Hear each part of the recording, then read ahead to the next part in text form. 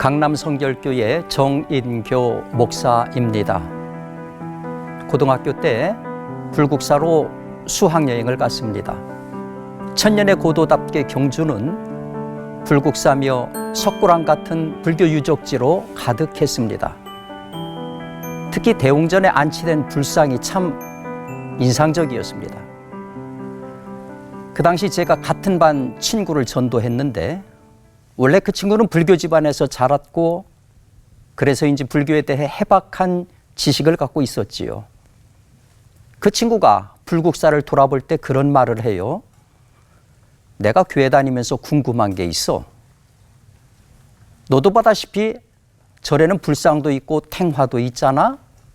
그런데 교회에는 하나님에 대한 그림이나 신상이 전혀 없어.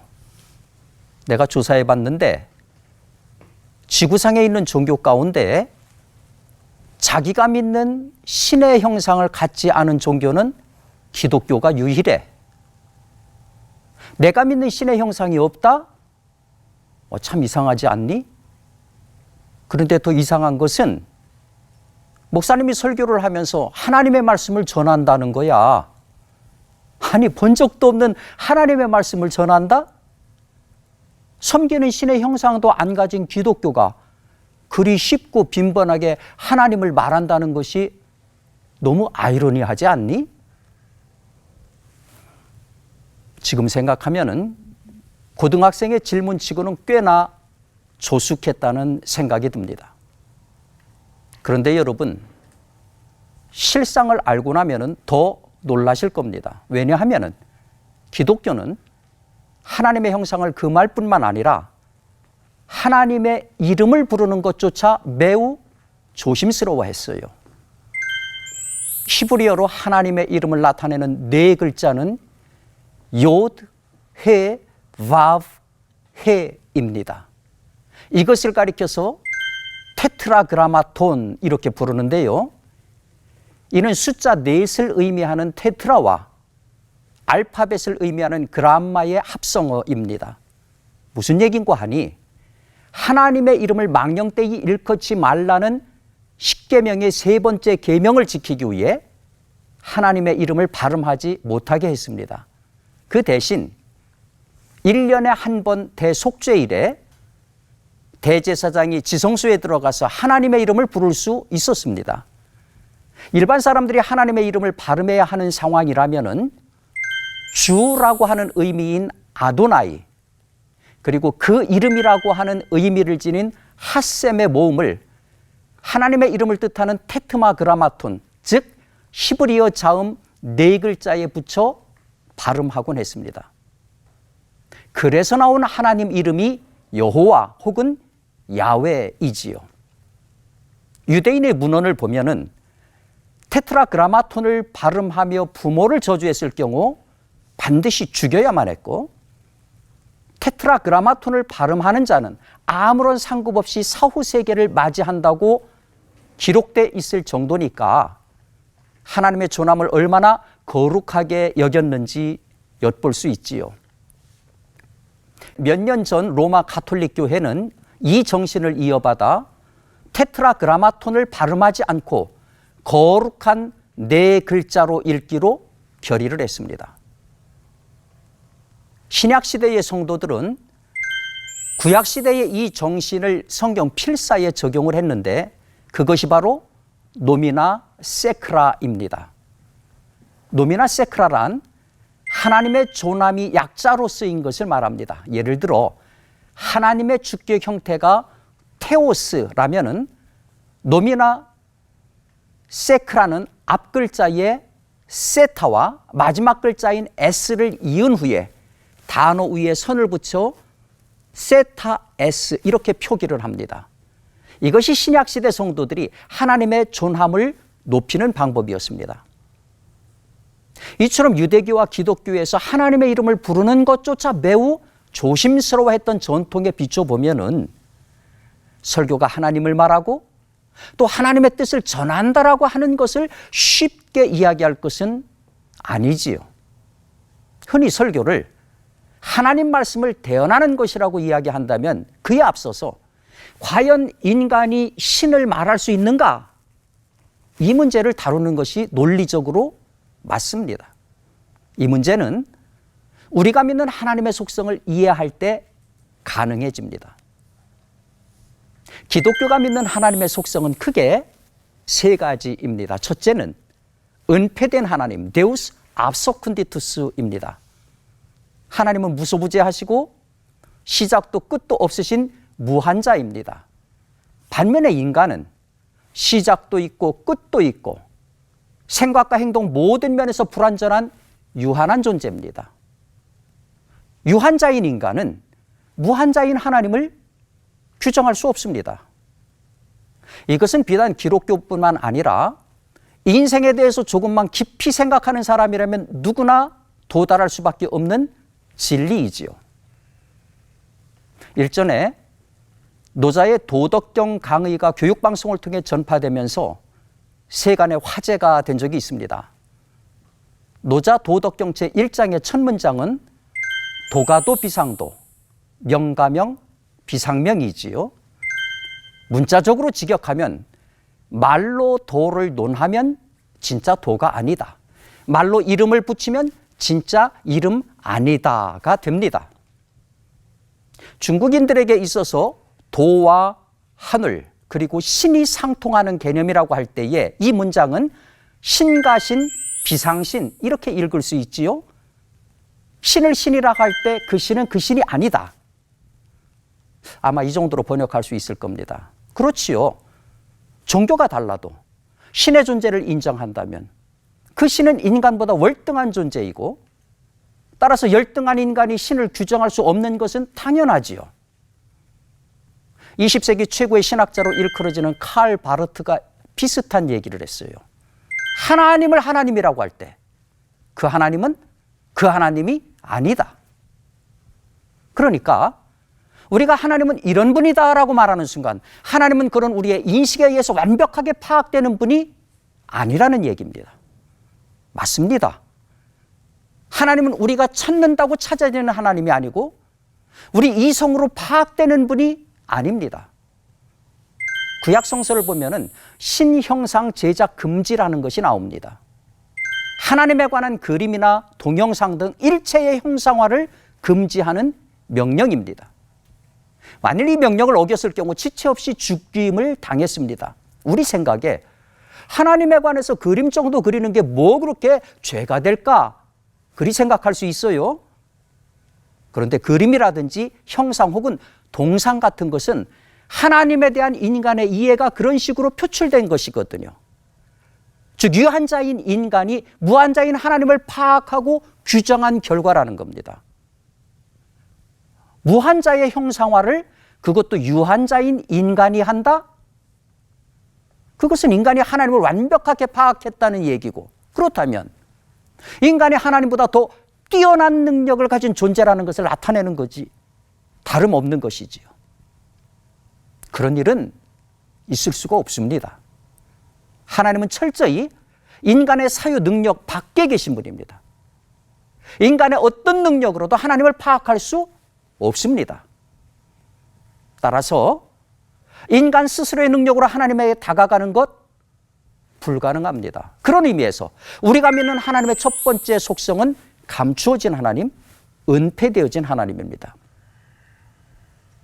우리가 믿는 하나님의 두 번째 속성은 스스로를 드러내시는 계시된 하나님, 데우스 레벨라투스입니다.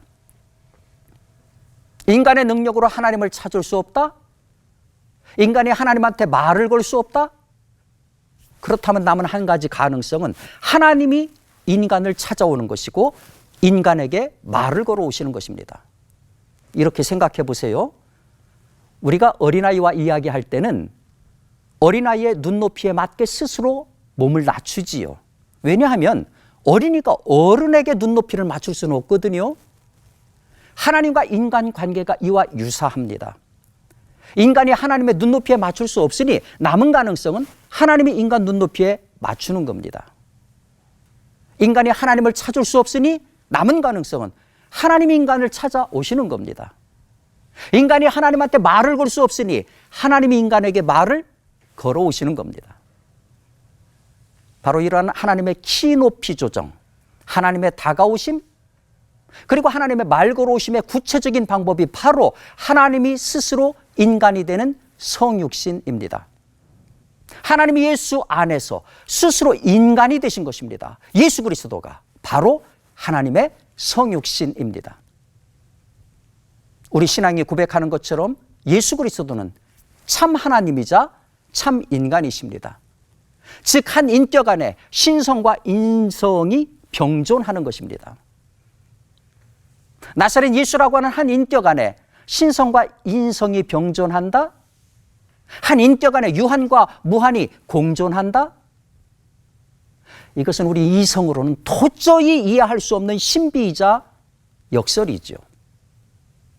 하나님은 바로 이 신비한 방법, 즉 예수를 통해 예수 안에서 자기를 드러내 보이시는 방법을 통해 우리에게 다가오셨고 말을 걸어오셨습니다. 이제 인간은 이 예수 그리스도를 믿음으로써 예수 안에서 예수를 통해 예수로 말미암아 하나님을 바라볼 수 있으며 그분에게 말을 걸 수 있습니다. 우리가 기도의 마지막 문장을 예수 그리스도의 이름으로 기도합니다 하잖아요. 사실 이 말은 우리 기독교의 구원론을 한 문장으로 압축한 것입니다.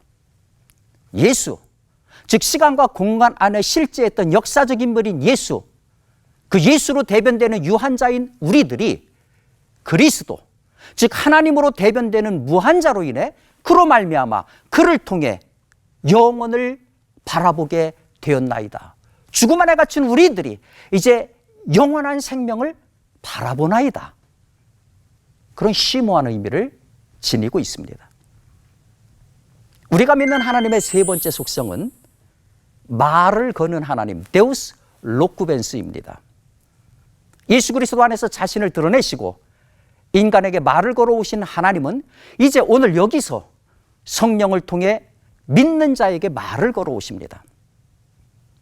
우리가 예수님을 참 인간과 참 하나님이라고 고백하는데 참 인간이란 1차적으로 타락하기 이전에 죄 없는 인간을 의미합니다마는 동시에 우리와 같은 성정을 가진 역사적 존재라는 의미를 담고 있습니다.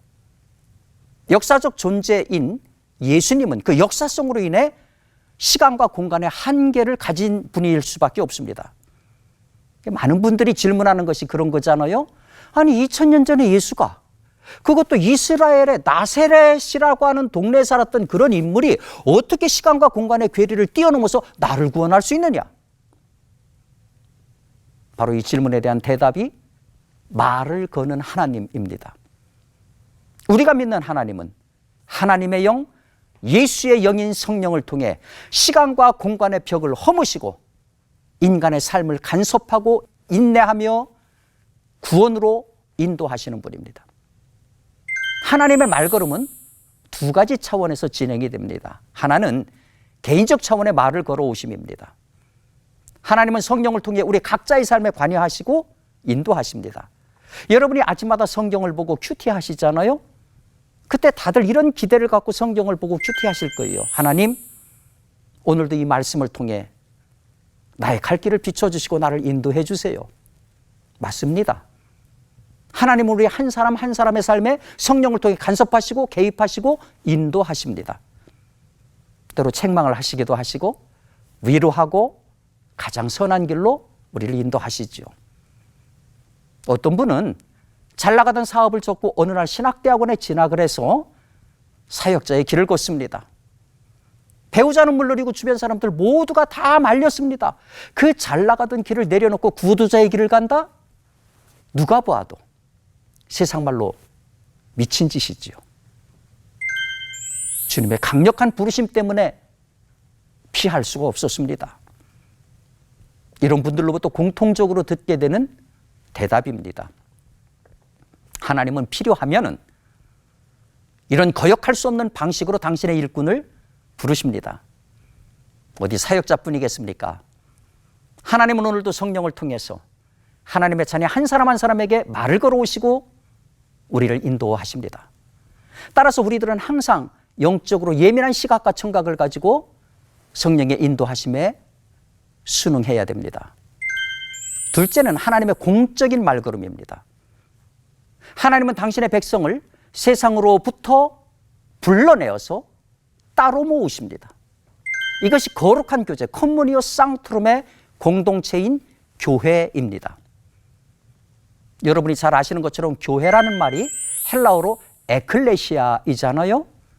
에클레시아는 뭐뭐으로부터라고 하는 전치사 에크와 불러 모으다 라고 하는 뜻의 에칼레오, 이 두 가지가 결합된 합성어입니다.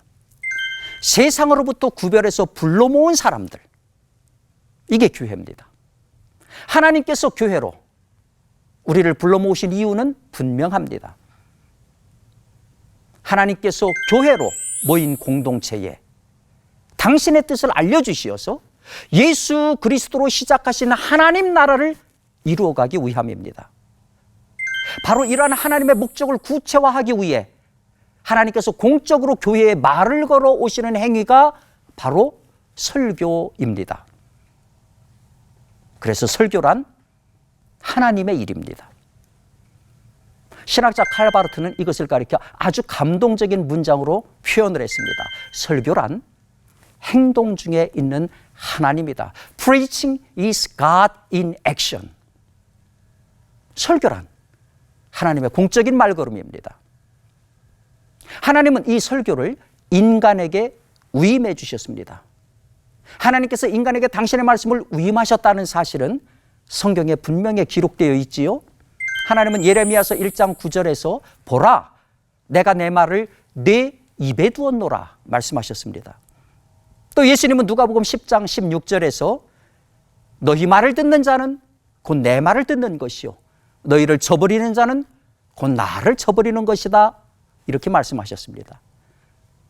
이렇게 말씀을 위임받은 설교자를 가리켜 설교학자인 제오파스는 하나님을 투과시키는 자, 하나님을 투과시키는 자, 이렇게 지칭했습니다.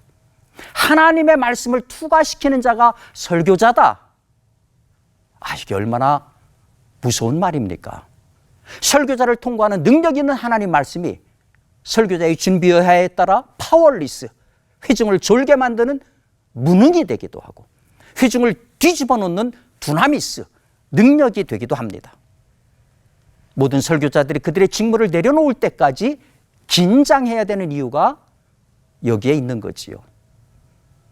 여러분, 내용이 좀 어려우셨나요? 근데 이 문제는 꼭 짚어야 됩니다.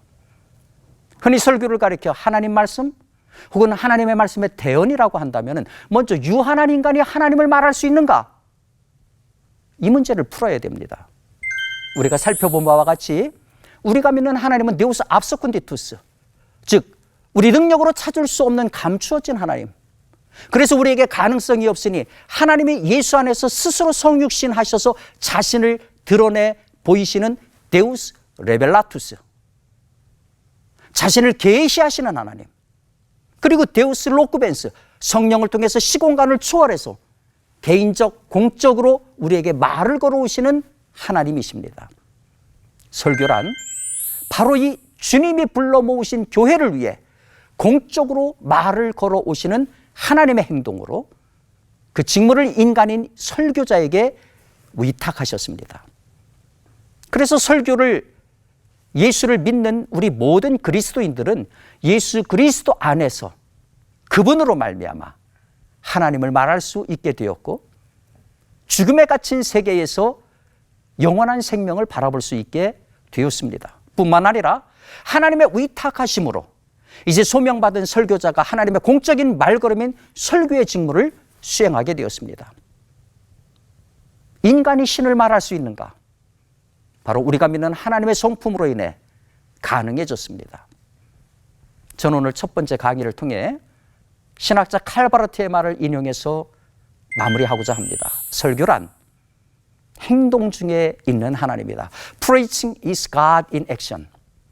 원전인 독일어로 옮기면 이렇습니다. Predict is the God in action. 설교란 행동 중에 있는 하나님이다.